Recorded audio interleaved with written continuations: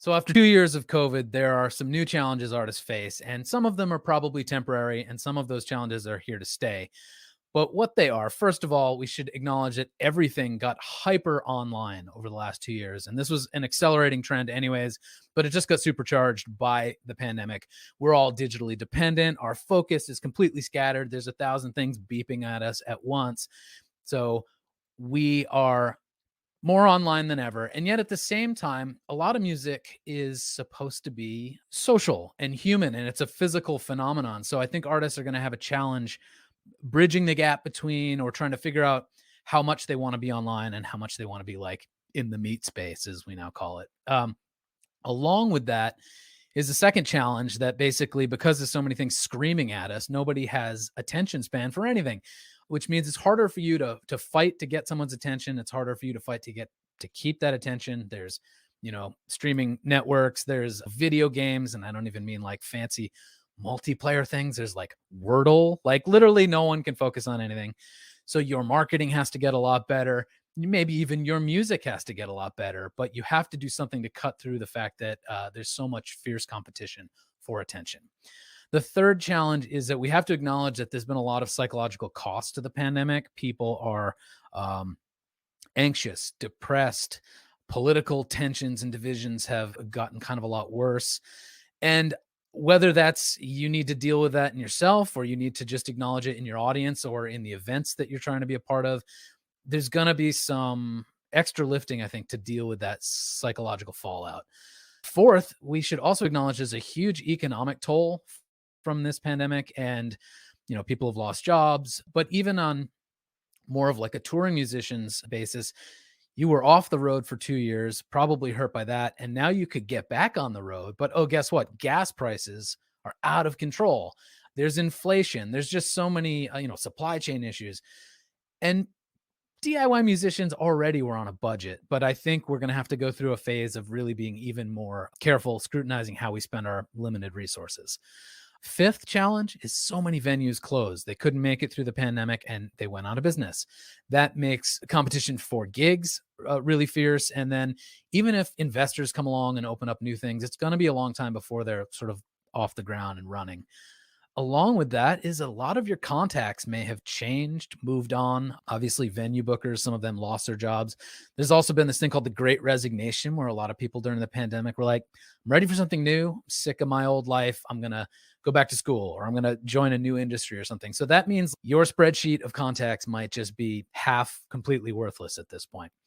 And the last thing, just to say something very generally, is there's been a huge break in continuity, and almost all artists lost momentum. You probably put a ton of time into building your reputation in a certain scene. You have a network of people. You're building a legacy. You might have had really good habits and felt a great sense of momentum. And then this thing just slammed down in the middle of your life and you lost that. And I think that's going to leave people feeling angry and discouraged, even as they're excited to get back to it when they realize, oh, in some ways, I'm kind of starting from scratch. So those are 7 of the big challenges I think we face this year. Yeah, a lot of great stuff in there. And wow. It's been a couple years if you're looking at this list. It's One thing. that's the bummer of we'll just get this is the bummer, and then the This is the next list bummer. will be Yes. more encouraging.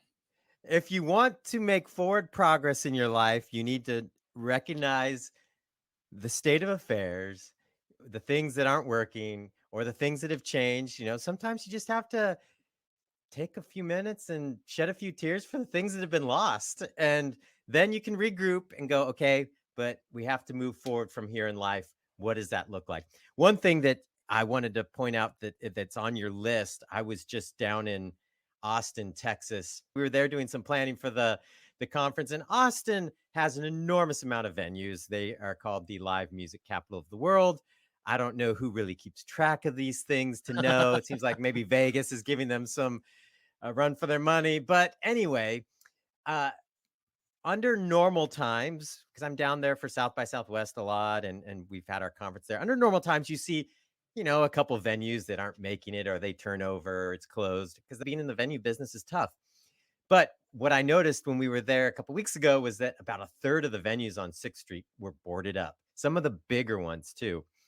And that was really shocking to see, and something that I expected. We've talked about on the podcast that some venues will go out of business, but to see it right there play out in such a It's noticeable way. and in such a music town with South by Southwest just around the corner, you'd think if anyone dove in to invest in restarting these venues, it would have happened by now. But I'm sure wow, that will happen, and there may be things in the works there that weren't visible. But all that to say is there could be venues that were your go-to venues, especially if you had a good tour route that you had as an independent artist. Like here on the West Coast of the United States, they typically call it like the I-5 tour, because the Interstate 5 goes all the way from Canada to Mexico, down through Washington, Oregon, and California. And there's a lot of cities along that, and once you start heading east, it's a big gap between cities. But so a lot of artists here will go up and down the West Coast and have venues that they work with in all those cities. They may not exist anymore, so it's worth checking into. That's one thing that, and you mentioned gas prices. That's something that totally changes the economics of touring. I know, and I feel so bad for my friends who made their living touring before the pandemic. They've been so ready for things to just be normal and safe again. And it's like, oh, by the way, now that's going to be way less profitable now that you are like technically allowed to do it, but you're still like going to be like, oh, is this worth it? Yeah, and the fierce competition is an interesting one as well, because in 2020, and it might have been even in 2021, where we were talking about, hey, it might be an opportunity for independent artists as venues start to open up again and restrictions start to fall. It might be an opportunity for independent artists to get on stage, because the venue may want live music, but they don't want this massive draw that's going to stuff the thing, you know, standing room only, where everyone's up against each other. And like, hey, I just want some live music that's good, that will bring some people out, but we're not looking to sell 1,000 tickets or sell this thing out. I think that was a possibility for where things were before, but now heading into where we're at now, where we've had several summers of all the major artists, and then like a tier down or two that have all been canceling tours, and now they all seem to be happening at once. In fact, an interesting news item that came out this week is that Ticketmaster is actually dumping a lot of tickets on Groupon, which, if you're not familiar with Groupon, it's been a while since people have really talked about Groupon, but it's kind of like a clearinghouse for discounts. Basically, they email you discounts of things you may be interested in, and you can get tickets for massive tours for like 25 bucks, things that would have in 2019 probably gone for $100. So in the article was saying that so many people are heading out on tour all at once, all these major artists, that there's only so many things people can go to, and they're not going to get people paying $100 or $150 and going to 5 different tours in the course of July and August. That's just not going to happen. So there's some interesting data about it. It might be a very saturated market now. Be interesting to see how that plays out in the independent sector and local venues, because there could be a lot of competition to get back on stage. And so you might be thinking, oh, it's March, I'll get that tour booked in July right now. You may be looking at December at this point, or 2023. Yeah, well, so that ticketing news that you talked about, my interpretation, which may be wrong, was twofold: that they were maybe having a hard time appealing to high dollar ticket buyers because people at large are still just more like, I don't know if I should pay that much for a concert that could get canceled, because we're so used to being defensive now in our spending because of COVID. It's like people don't want to just outright commit, but maybe they'll take a chance and buy a ticket for 25 bucks or something. Yeah, I think the main thing I was taking away from it was that there was so much inventory. I think what you're saying is also a potential thing, that I have a feeling once if people that have, been very concerned and have stayed in and not done things and tried to isolate during this period, I think once they get over the hump of experiencing something, they'll probably be like, all right, I'm back.